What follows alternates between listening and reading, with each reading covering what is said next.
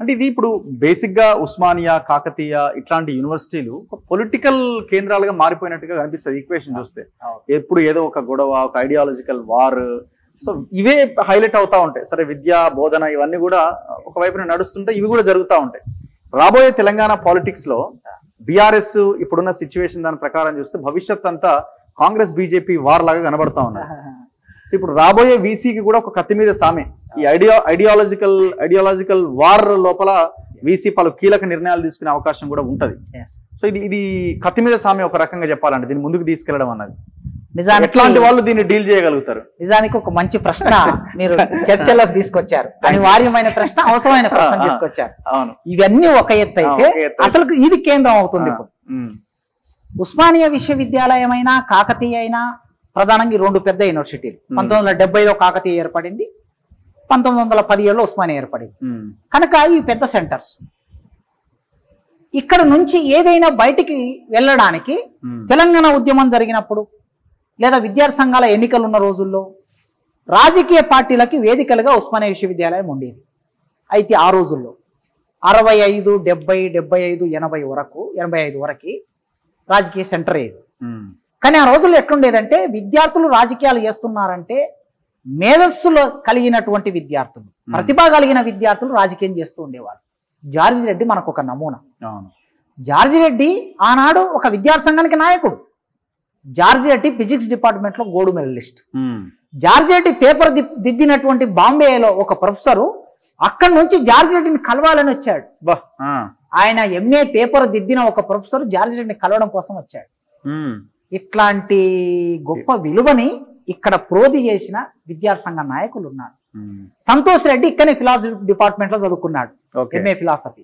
సంతోష్ రెడ్డి గారు ఆయన విప్లవ రాజకీయాల్లోకి వెళ్ళిపోయాడు, ఎన్కౌంటర్ లో చనిపోయాడు. సంతోష్ రెడ్డి ఫిలాసఫీ మీద ఒక పుస్తకం రాశాడు. ఒక ప్రొఫెసర్ రాయనటువంటి పుస్తకాన్ని సంతోష్ రెడ్డి రాశాడు, ఒక స్టూడెంట్ రాశాడు. అది ఫిలాసఫీలో ఇవాళ ఒక మంచి పుస్తకంగా ఉంది. ఇట్లా మారోజు వీరన్న ఇక్కడనే చదువుకున్నాడు, తెలంగాణ సమాజాన్ని చైతన్యం చేశాడు. ఇట్లా ఎన్ని పేర్లైనా చెప్పుకోవచ్చు మనం. అంటే విద్యార్థి సంఘాలకి విశ్వవిద్యాలయాలు కేంద్రంగా ఉండాలి, విద్యార్థి రాజకీయాలకు కేంద్రంగా ఉండాలి, రాజకీయ పార్టీల రాజకీయాలకి కేంద్రంగా ఉండకూడదు. విద్యార్థి సంఘాల సిద్ధాంతాలకి, చర్చలకి కేంద్రాలుగా ఉండాలి. ఆనాటి లెగసీ ఒకటి కొనసాగించాలి. అయితే ఆ లెగసీ 2009, 2000 సంవత్సరం దాటిన తర్వాత పోయింది. పోవడానికి కారణం ఏంటంటే సమాజంలో వచ్చిన అనేక పతన విలువలు మన యూనివర్సిటీలో కూడా వచ్చాయి. ఆ విలువల్లో భాగంగా తెలంగాణ ఉద్యమం వచ్చిన తర్వాత ఏమైందంటే విద్యార్థులను విచ్ఛిన్నం చేసింది తెలంగాణ ఉద్యమం. రాజకీయ నాయకులు, పార్టీలు వాళ్ళ వ్యక్తిగతం కోసం కొద్దిమంది ఒక సమూహాన్ని తయారు చేసుకొని వాళ్ళ బర్త్డేలు చేయటం. నేను ఈ సందర్భంగా మా విశ్వవిద్యాలయం విద్యార్థులకు కూడా నేను విజ్ఞప్తి చేస్తున్నా, మీరు సిద్ధాంతపరమైన చర్చలు చేయండి, సెమినార్లు పెట్టండి, తప్పలేదు, దేశం గురించి చర్చించండి, ప్రపంచం గురించి చర్చించండి, ఎన్ని చర్చలన్నా చేయండి. ఆ సమస్యల మీద, ఆ విషయాల మీద ఇవాళ పాలస్తీనా మీద యుద్ధం జరుగుతున్నది, దాన్ని ఖండించండి, దాని గురించి విద్యార్థులను చైతన్యం చేయండి, దానికోసం ధర్నా చేయండి, దానికోసం ర్యాలీ చేయండి. ఇది ఒక సంప్రదాయం. కానీ ఎవరో ఒక మంత్రి బర్త్డే జరిగితే ఇక్కడ ఎందుకు ఆ మంత్రి పోస్టర్ని ఇక్కడ ఆర్ట్స్ కాలేజీ మీద వేలాడజేసి మీరు పాలాభిషేకం చేయటం అనే ఈ సంస్కృతిని వదిలేయండి అని నా విద్యార్థులకు నేను విజ్ఞప్తి చేస్తున్నాను. ఆ మంత్రి కొడుకు చనిపోతే ఆ మంత్రి కొడుకు బొమ్మ ఇక్కడ పెట్టి ఆయనకి శ్రద్ధాంజలి ఘటించే సంప్రదాయాన్ని వదిలేయండి అని కోరుకుంటున్నాను. ఇక్కడ ఎన్నడూ ఆ సంప్రదాయం లేదు.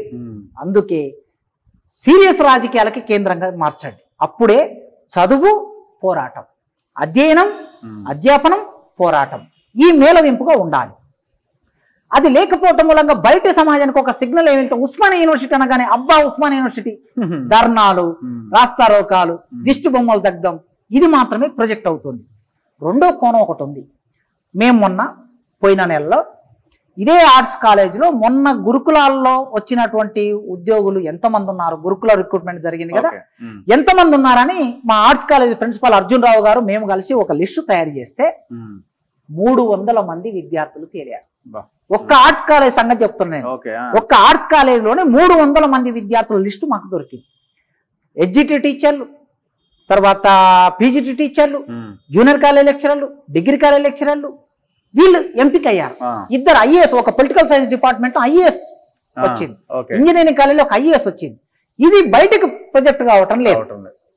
అంటే ఇక్కడ ఉస్మానియా యూనివర్సిటీలో విద్యార్థులు సీరియస్గా చదువుతున్నారు, పేద వర్గాల నుంచి వస్తున్న వాళ్ళు ఉన్నారు, పరిశోధన కూడా చేస్తున్నారు, దాన్ని కూడా బయటికి మనం ప్రొజెక్ట్ చేయవలసిన అవసరం ఉన్నది. ఈ స్థితిలో రేపు రాబోయే వీసీ దీన్ని బ్యాలెన్స్ చేయాలి. ఇక్కడ ఉన్న ప్రొఫెసర్లు కూడా దీన్ని బ్యాలెన్స్ చేయాలి. కేవలం వీసీ తలుచుకున్నంత మాత్రాన జరగదు, ప్రొఫెసర్లు కూడా తలుచుకోవాలి. వీసీ మనకు నచ్చకపోతే ఆ వీసీకి వ్యతిరేకంగా కొద్దిమంది విద్యార్థులను ఎగేసే ఒక సంప్రదాయం ఓయూలో కొనసాగుతుంది.